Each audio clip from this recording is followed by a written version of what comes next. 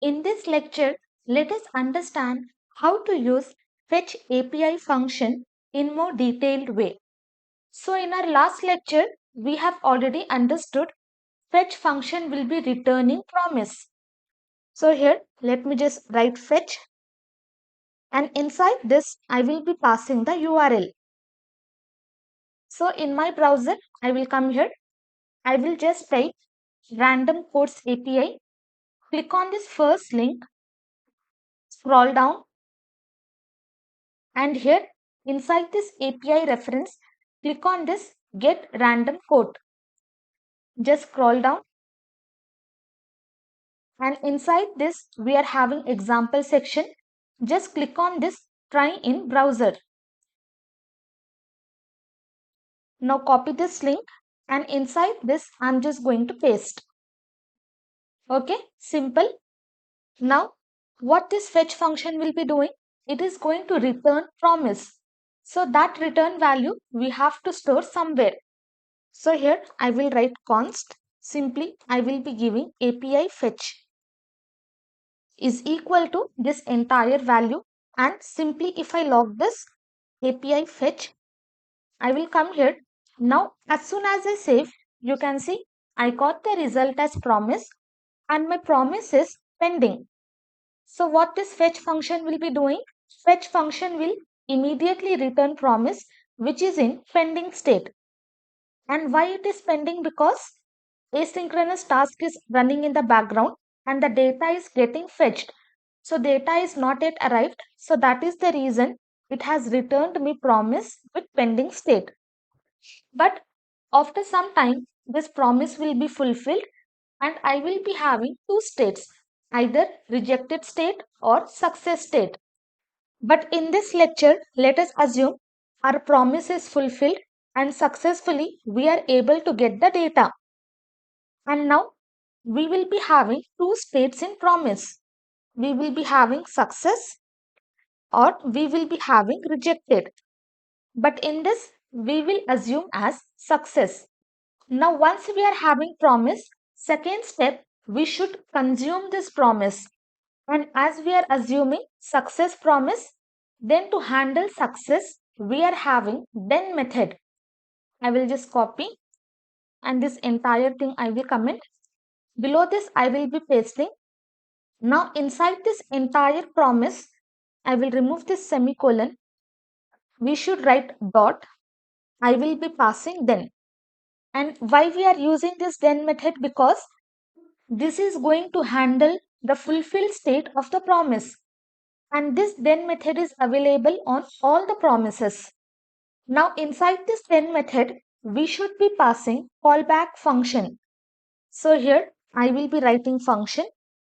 And why we are passing this function? Because this then method will be handling fulfilled state of the promise, and inside this then method we are passing this function which we want to execute as soon as our promise is fulfilled. So using this we got the promise and we are assuming our promise is fulfilled. Once our promise is fulfilled, using this then method we are handling that promise, and we just want to execute this callback function. And inside this function, we will be passing one argument. And this argument name, as of now, let me just call as response. Then I will just open curly braces. Now simply, I will just log this response and show you what will be the result. Save it. Now here in my console, I got response, and inside this, I am having multiple data. I have body, we have headers, and regarding headers, we have already seen in our client server architecture lecture. If you have not watched that, I suggest you to watch that. You will be finding entire playlist link in the description. Now inside this response, we are having all this data. We have body, body used, headers, OK, redirected status. As of now, do not have to worry. But only thing we are interested in data itself. And that data is available inside this body property. Now here we are having these three dots. As soon as I click on these three dots, I'm just going to invoke this property getter. Now I am having readable stream.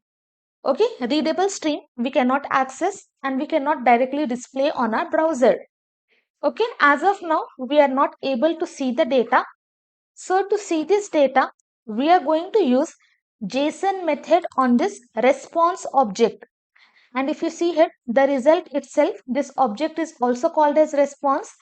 Now to see this data on this entire result, we will be calling JSON method. And this JSON method is available on all the responses of fetch method. So here, instead of response, I will simply write here response dot JSON method. Now as soon as I save, you can see again what this has returned.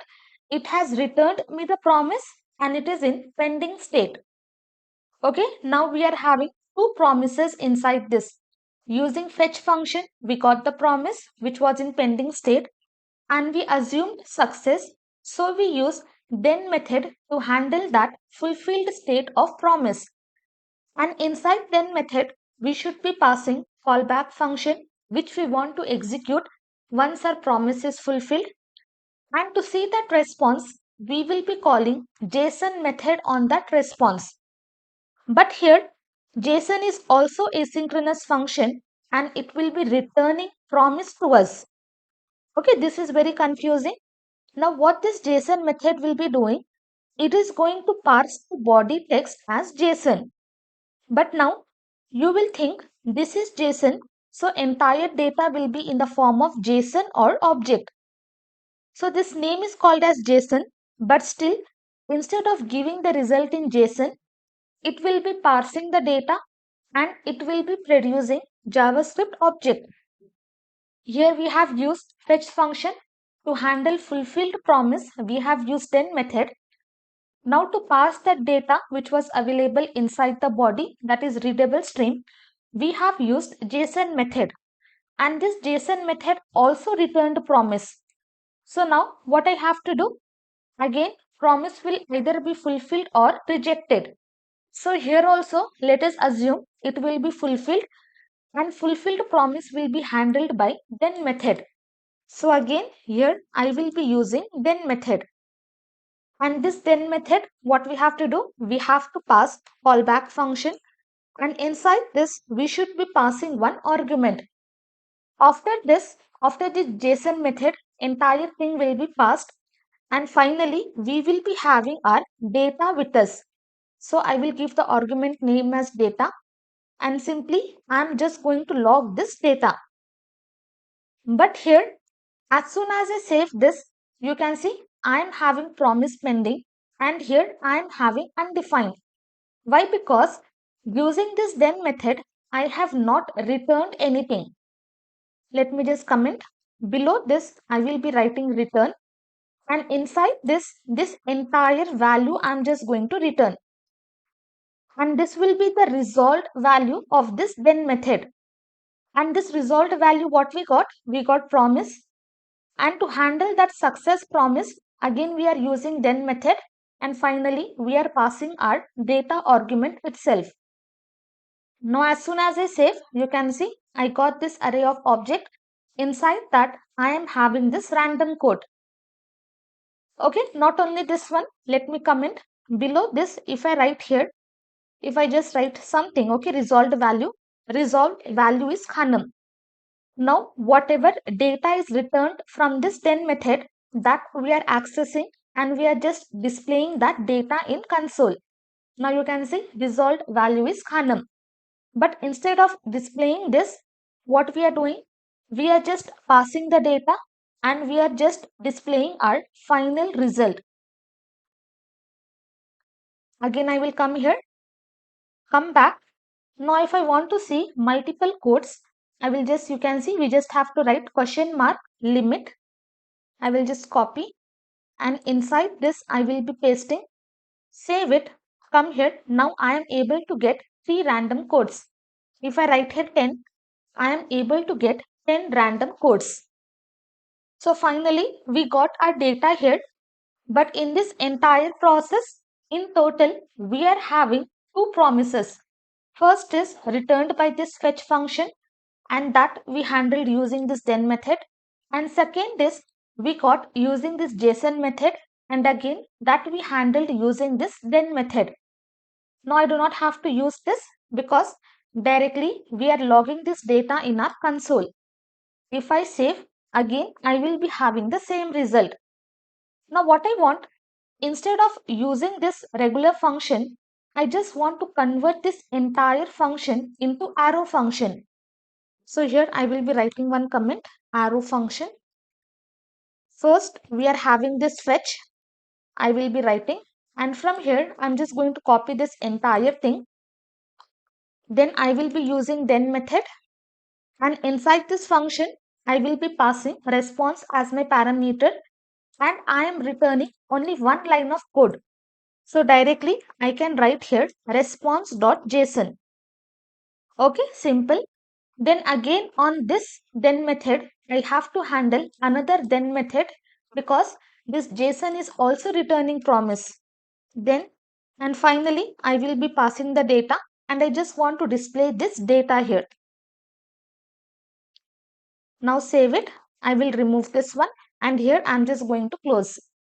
Now you can see using this regular function also I am able to access my API data, and using arrow function also I am able to access this API data. But if you compare, you can see here we are having this callback function, an entire thing, but using arrow function only in one line we can write this entire code. By looking at this, you can tell which is easy to write and which one is looking better. So for most of them, arrow function will be lot more easier because it is easy to write and it is easy to understand. Now the big question is, here inside fetch function, we have passed callback function. Here is one callback function and here is another callback function. Now most of us will get confused that inside this fetch function also we are passing callback function. So are we again going callback hell? Because the solution of callback hell was promises. But now inside this also we are using callback function.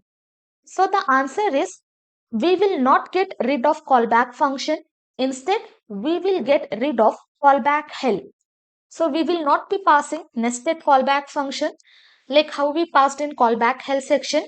Using promises, we can get rid of callback hell, but still we should be using callback functions.